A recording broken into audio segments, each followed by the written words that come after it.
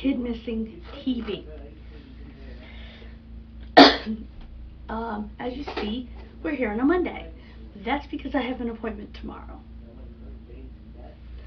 So we're doing the show on Monday.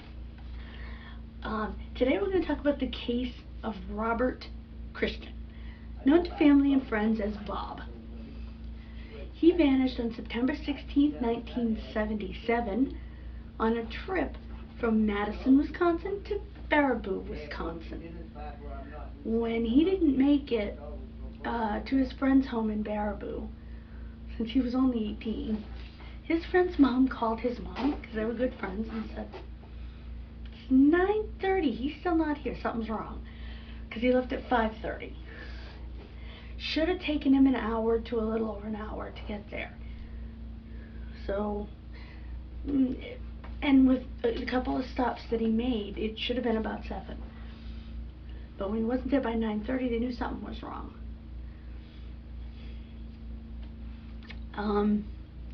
He was driving a Hornet station wagon, which is a car that came out between 70 and 77. Those were the years that the car actually came out. They were going to go hunting, him and his friend, Randy.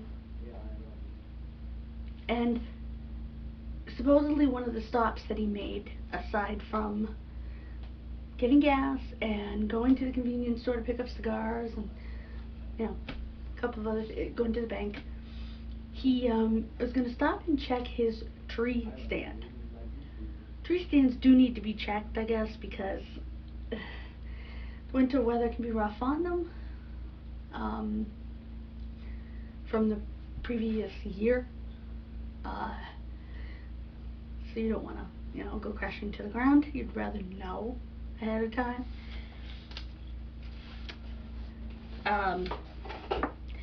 So the Madison police took a report from his mother at some point. He was seen sometime during his travels, parked at a retreat. This wasn't a retreat. This was a retreat for nuns. And when a lady confronted him and said, "What, can I help you? What are you doing here?" "I'm looking for my friend. I must be in the wrong place." "Excuse me?" Then his car was found. His vehicle was found in, how do I explain it? In a lover's lane. Originally it said it was in someone's driveway, basically, but it wasn't. It was in a lover's lane, and the tires had been removed, the battery been removed, and then in a rock quarry they found his hubcaps and some old tires. So it was clear whoever removed his tires used them on their vehicle and then put their tires in the quarry with his hubcaps. They said it was probably because his hubcaps were newer, so that they would be I don't know, recognizable as Hornet hubcaps. I don't know. And they were found. Unfortunately, it didn't lead to any evidence or any more clues. I will say that his hunting gear, when they found his car, his hunting gear wasn't in it. His hunting gear was a bow. He was a bow hunter. In that time period, it is likely that he had a recurve bow rather than a compound bow, because a compound bow had just come out in 1970, and in 1977 people were just starting to switch over to them. For those not familiar, a compound bow is a bow that when you pull the string, it hooks and you don't have to hold the weight, the pull weight of the string. It's also much more electronic, not really electronic, but less manual. And even some of them even have an actual trigger that will shoot the arrow off the string. But the big thing is you pull the string and it hooks on, and you don't have to take that weight. A recurve bow is it's a Robin Hood bow. That's the only way to explain it. It's the original bow. And that's most likely what he had. He was 5 feet 11 inches, 210 pounds. Now it's interesting because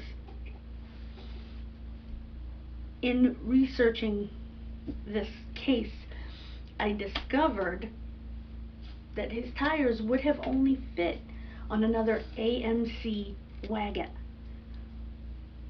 That's American Motors Corporation, for those of you not old enough.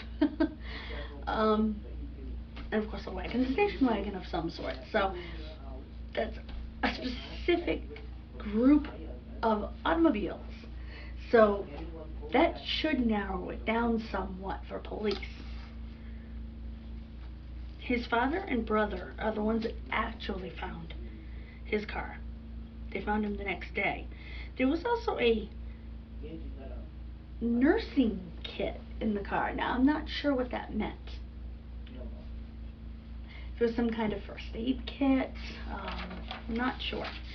His mom wrote letters, and I was fortunate enough to get those letters from his sister.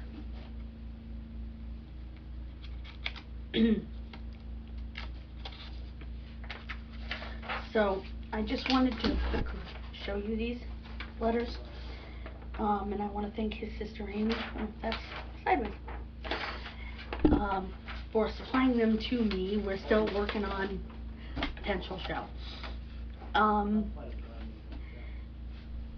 This first letter, I'm going to read this one first, is a letter to the sheriff, Sheriff Lack, L-A-C-K-E.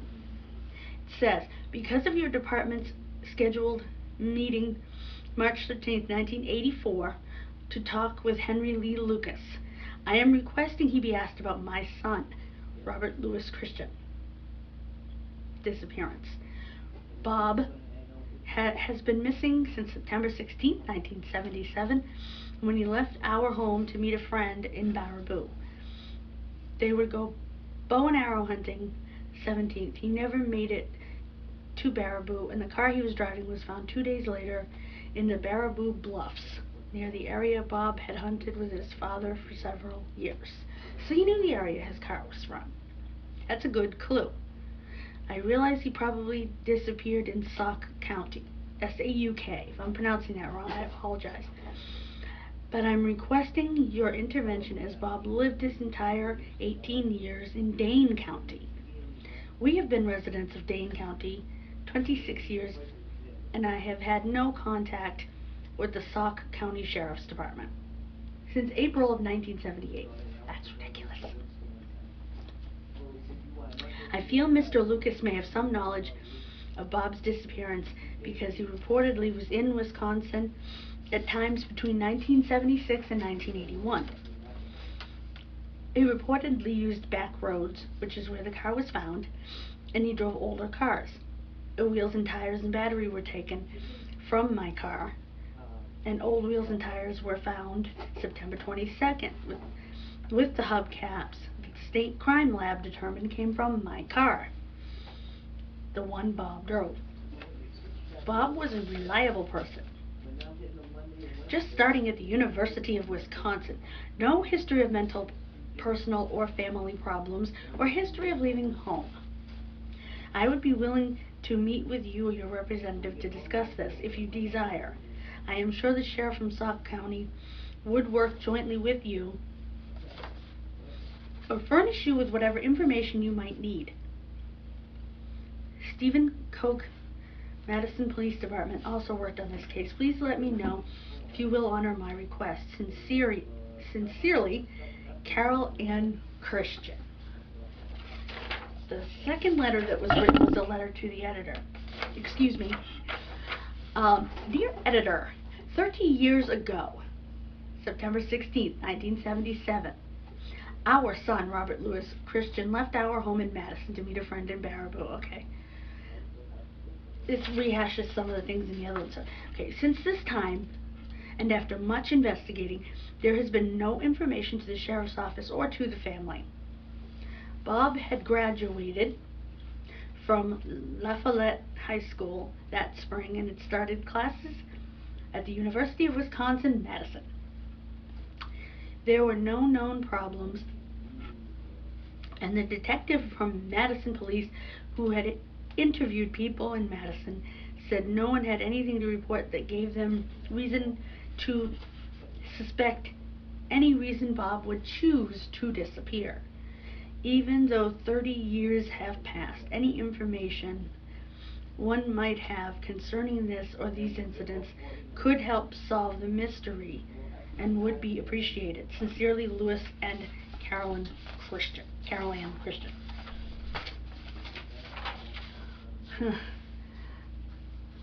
Those were desperate parents. Unfortunately, Mr. Christian lost his life not long after that. They're both gone now. Like I said, there is a sister, Amy. And I have to tell you, Amy was absolutely stunned when I got a hold of her, that anybody remembered her brother. I find this sad, actually, because none of these people should ever be forgotten.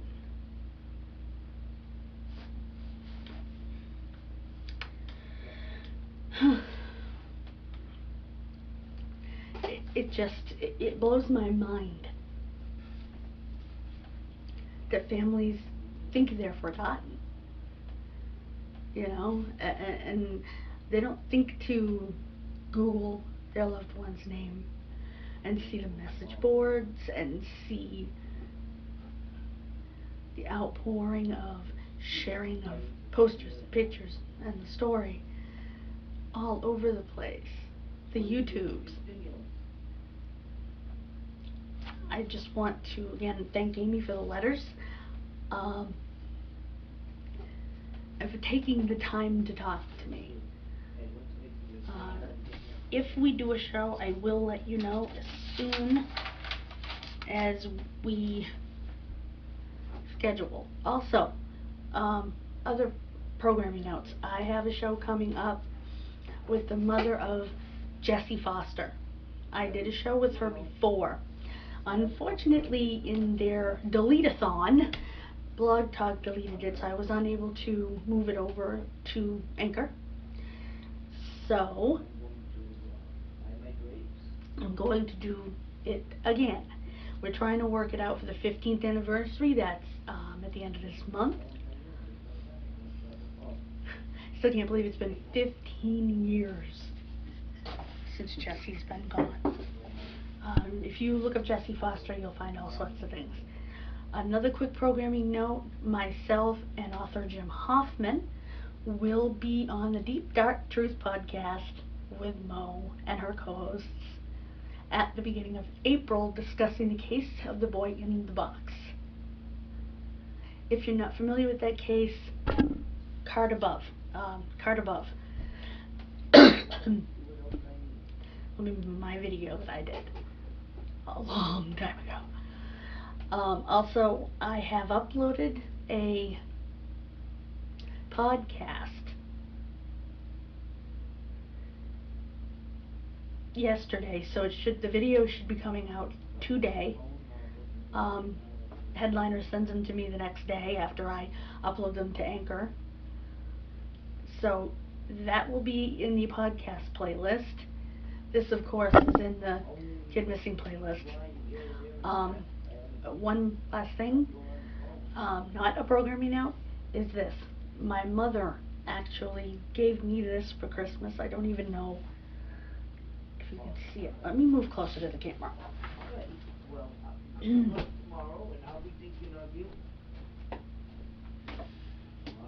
There it is. It says, "I love you to the moon and back," which is something she says to me every single night.